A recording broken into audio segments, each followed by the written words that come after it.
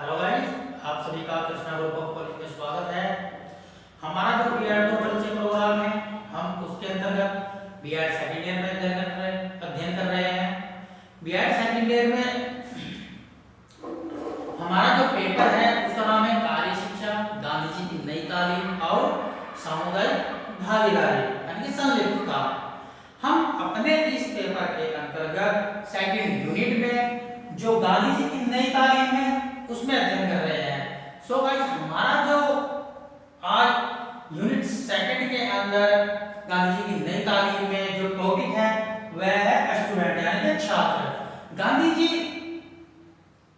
किन छात्रों के बारे में कहते हैं, या फिर हम ये कहें कि गांधी जी अपने छात्रों को किस प्रकार की शिक्षा देना चाहते थे, और वो ये कहते थे कि छात्र में किस प्रकार के गुण होने चाहिए, उन सभी के बारे में हम अपनी इस वीडियो में देखते हैं। गांधी जी के अनुसार बालक शिक्षा प्रक्रिया का केंद्र बिंदु होता है, यानी कि जो शिक्षा होती है वह क्या है, उसका केंद्र बिंदु कौन होता है, छात्र। यानी कि छात्र केंद्र बिंदु होता है किसका, शिक्षा का। किसके अकॉर्डिंग, गांधी जी के अकॉर्डिंग। लेकिन जो हमारी प्राचीन शिक्षा प्रणाली थी, प्रचलित थी, वह 3 ध्रुवों पर टिकी हुई थी। ठीक है, सबसे पहले क्या था, शिक्षक, फिर था पाठ्यक्रम और फिर था छात्र। तो जो हमारी पहले शिक्षा प्रणाली थी उसके अंतर्गत शिक्षक को ही सर्वोपरि माना जाता था, यानी कि जो शिक्षा का केंद्र बिंदु कौन था, शिक्षक। उसके बाद शिक्षा का केंद्र बिंदु कौन हुआ, पाठ्यक्रम। लेकिन आज की जो शिक्षा व्यवस्था है उस शिक्षा व्यवस्था के अंतर्गत शिक्षा का केंद्र बिंदु छात्र है, यानी कि पूरी संपूर्ण प्रक्रिया छात्र के इर्द गिर्द घूमती है। शिक्षक का काम केवल छात्र के सहायक के रूप में माना गया है, यानी कि जो शिक्षक है आज के समय में वह केवल शिक्षक यानी कि छात्र का सहायक है, उसको गाइड करने वाला है, यानी कि अच्छा रास्ता दिखाने वाला है, ना कि आज की शिक्षा पद्धति में शिक्षक सर्वोपरि है। आज की शिक्षा पद्धति में केवल छात्र ही सर्वोपरि है। और दूसरी बात, जो हमारा पाठ्यक्रम है, पाठ्यक्रम आज की शिक्षा व्यवस्था में छात्र के लिए केवल एक सहायक सामग्री है, यानी कि पाठ्यक्रम का भी गौण स्थान है। सर्वप्रथम स्थान किसका है, छात्र का। वही बात हमारे महात्मा गांधी जी कहते हैं। महात्मा गांधी ये कहते हैं कि बालक शिक्षा प्रक्रिया में यानी कि केंद्र बिंदु है, यानी कि बालक का स्थान मुख्य है।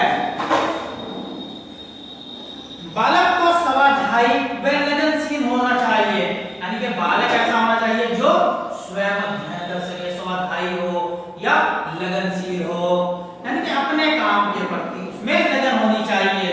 साथ ही उसमें सत्य, अहिंसा, आत्मनियंत्रण जैसे अपरिग्रह आदि गुणों का भी समावेश होना चाहिए।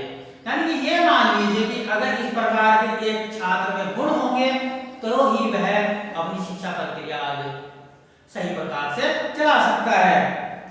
गांधी जी सारा जीवन में उच्च विचार में विश्वास रखते थे और वह यह मानते थे कि जो छात्र है वह भी अपना जीवन इसी प्रकार से व्यतीत करे जिससे कि उनका जीवन सादा जीवन हो और उनके भी उच्च विचार हो।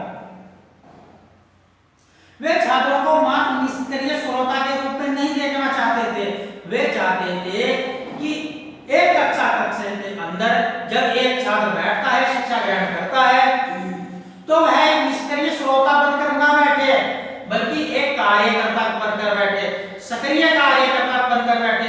एक यानी कि क्या है, निरीक्षणकर्ता के रूप में बैठे, यानी कि वह अपनी कक्षा का निरीक्षण भी करे कि हमारी कक्षा में क्या क्या चल रहा है, प्रयोगकर्ता के रूप में बैठे, न कि एक निष्क्रिय श्रोता के रूप में।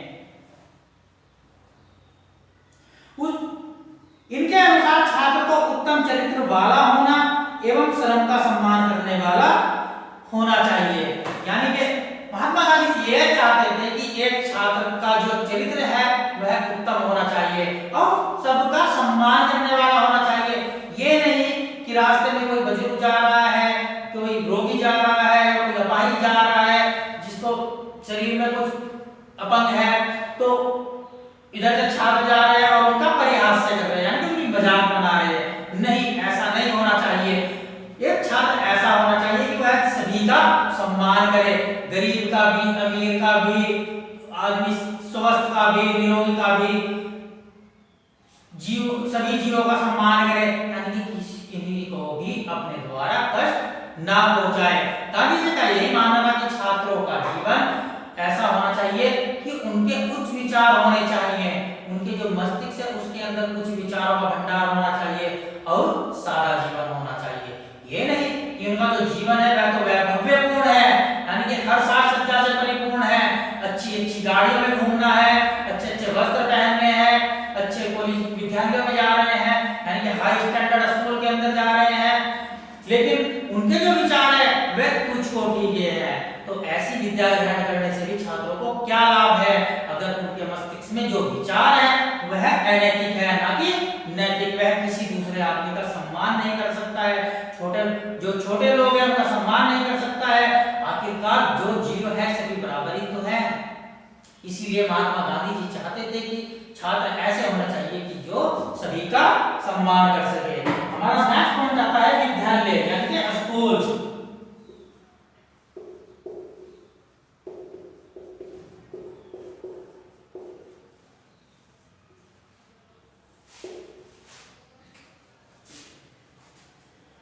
महात्मा गांधी कहते हैं कि विद्यालय का वातावरण प्रभावात्मक एवं प्रेरणादायक होना चाहिए, यानी कि एक विद्यालय जब बनाया जाए तो उसका जो वातावरण है ऐसा होना चाहिए जिससे कि छात्रों को प्रेरणा मिले, प्रभाव हो विद्यालय का, यानी कि वह उसमें सारी प्रक्रियाएं ऐसी ही होनी चाहिए जिससे कि छात्र अपने आप ही उत्सुक होकर विद्यालय के अंदर प्रवेश ले और अपनी विद्या ग्रहण करे। इस वातावरण का निर्माण सचित्र शिक्षकों एवं छात्रों के द्वारा होता है, यानी कि विद्यालय तो हमने बना लिया है, लेकिन उस विद्यालय का जो अच्छा वातावरण है, प्रभावशाली वातावरण है, कहां से बनेगा, कैसे बनेगा? ऐसे विद्यालयों का जो वातावरण प्रभावशाली बनाना है तो वहां पर अच्छे शिक्षक होने चाहिए, जिनके अंदर नैतिकता के गुण हो, अपने विषय वस्तु का ज्ञान हो, छात्रों की व्यक्तिगत भिन्नताओं के बारे में नॉलेज रखते हो, उनकी जो उनका वातावरण है, उनका परिवेश, सामाजिक उनकी स्थिति, उन सभी के बारे में ज्ञान रखते हो, तो वह शिक्षक अपने छात्रों को अच्छी प्रकार से शिक्षा दे सकते हैं।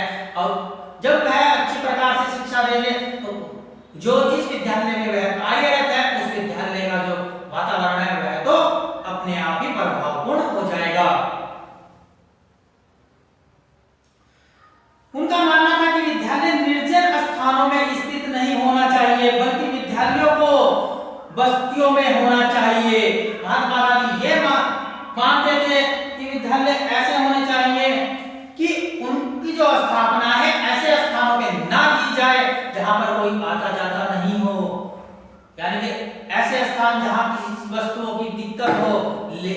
विद्यालयों की स्थापना तो बस्तियों के अंदर की जानी चाहिए, क्योंकि बस्तियों में जब हम विद्यालयों की स्थापना करेंगे तो क्या होगा, जितने भी विद्यालय के अंदर कार्यरत है तो वह उसके आसपास के एरिया का जैसा भी माहौल है, क्षेत्र का जैसा भी माहौल है, उस माहौल से परिचित होंगे, जिससे कि उन्हें अपने विद्यार्थियों को शिक्षा देने में कठिनाई का सामना नहीं करना पड़ेगा। ये मान लीजिए कि आज हमने किसी पहाड़ी क्षेत्र में, निर्जल क्षेत्र में एक विद्यालय की स्थापना कर दी है और वहां से बहुत दूर दूर से बालक पढ़ने के लिए आ रहे हैं, और जो वहां पे शिक्षकगण है वह भी बहुत दूर दूर से है, तो क्या वह बालकों की जो आर्थिक सामाजिक स्थिति है उसके बारे में बहुत दूर चल के आएंगे, पहाड़ी में से नीचे उतर के आएंगे? नहीं। इसीलिए महात्मा गांधी जी ये चाहते थे कि विद्यालयों को अगर निर्माण करना है तो निर्जल क्षेत्रों में ना करो, उनके निर्माण के लिए यानी कि उनका निर्माण बस्तियों में करो जहां पर लोग रहते हैं।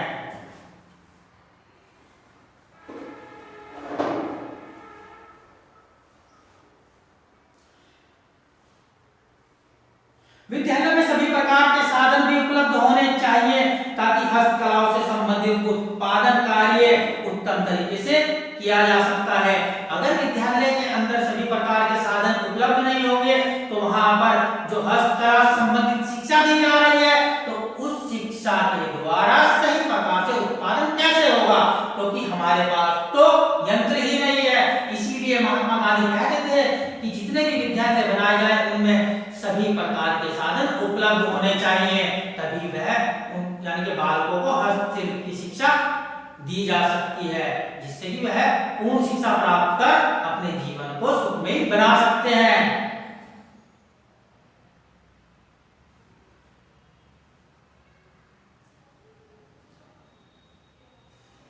इनके साथ ही छात्रों एवं विद्यार्थियों को आत्मनिर्भर बनाने में सहायता मिले। ये शिक्षालय को पाठशाला के बजाय कर्मशाला के रूप में देखना चाहते थे। यानी कि जो महात्मा गांधी थे वह क्या चाहते थे, जो उस समय के विद्यालय थे वह क्या थे, पाठशाला थे, लेकिन उनका सोचना यह था कि यह पाठशाला ना होकर कर्मशाला हो, क्योंकि कर्मशाला का मतलब है कि वहां पर बालकों को इस प्रकार से शिक्षा दी जानी चाहिए कि कार्यपरक शिक्षा हो, हस्त कौशलों के द्वारा शिक्षा हो, यानी कि वह अपने शरीर से अपने ज्ञान इंद्रियों के द्वारा कार्य करना सीखे, इस प्रकार की शिक्षा होनी चाहिए। इसीलिए वह विद्यालय जितने भी थे वह उन्हें पाठशाला के रूप में नहीं बल्कि कार्यशाला के रूप में देखना चाहते थे।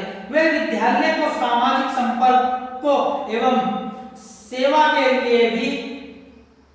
अवसर भी प्राप्त हो सके, यानी कि जो इस प्रकार के विद्यार्थी थे उनको क्या होता था, सामाजिक संपर्क होता था और सेवा के कार्य भी प्राप्त होते थे। क्योंकि जब विद्यालय के अंदर हम किसी बालकों को कोई हस्तकला के द्वारा किसी काम को सिखाएंगे, तो वहां पर क्या होगा, उस कार्य को देखने के लिए यानी कि बच्चों की जो प्रतिभाएं हैं उनको देखने के लिए जो सामाजिक वो है वहां पर आना जाना होगा।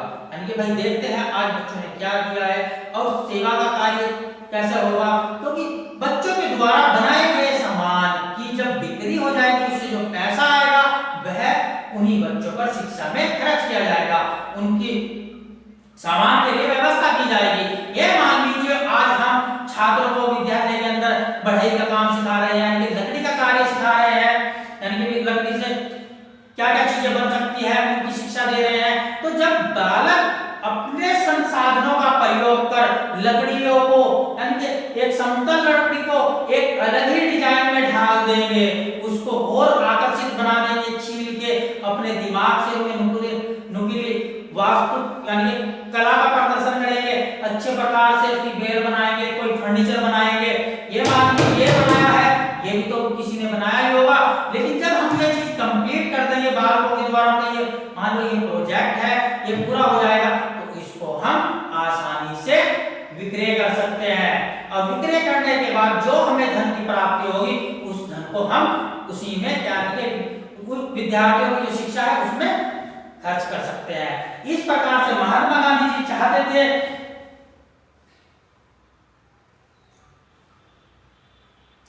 समुदाय केंद्र बनाना चाहते थे, जहां पर छात्रों की व्यक्तित्व को भी बनी रहे और उन्हें सामाजिक संपर्कों एवं सेवा के अवसर भी प्राप्त हो सके। यानी कि जब बालक अच्छे कार्य करेंगे तो सामाजिक संपर्क होगा उनसे, यानी कि लोग बाग उनसे अपने काम कराने के लिए संपर्क करेंगे और उनको सेवा का मौका देंगे। यानी कि कैसे कि बेटा आप ये बहुत अच्छा बनाते हो, आप हमारे लिए भी बना दीजिए। सो गाइस, हमारे जो महात्मा गांधी चाहते थे उनका यही उद्देश्य था कि हमारे जो विद्यालय ऐसे होने चाहिए जिनका वातावरण प्रभावपूर्ण हो, वहां की जो शिक्षक है वही वातावरण प्रभावपूर्ण बनाते हैं। और उनका यही उद्देश्य था कि महात्मा गांधी कहते हैं कि मैं विद्यालयों को पाठशाला के रूप में नहीं बल्कि कर्मशाला के रूप में देखना चाहता हूं, क्योंकि वह विद्यालय के अंदर हस्तपरक शिक्षा देने के क्या थे, इच्छुक थे। वे यही चाहते थे कि विद्यालयों के अंदर बालकों को ऐसी शिक्षा दी जाए जिससे कि उनका सर्वांगीण विकास हो सके। सो गाइस, हमारा जो ये कमेंट था यह पूरा हो चुका है। कल हम अपने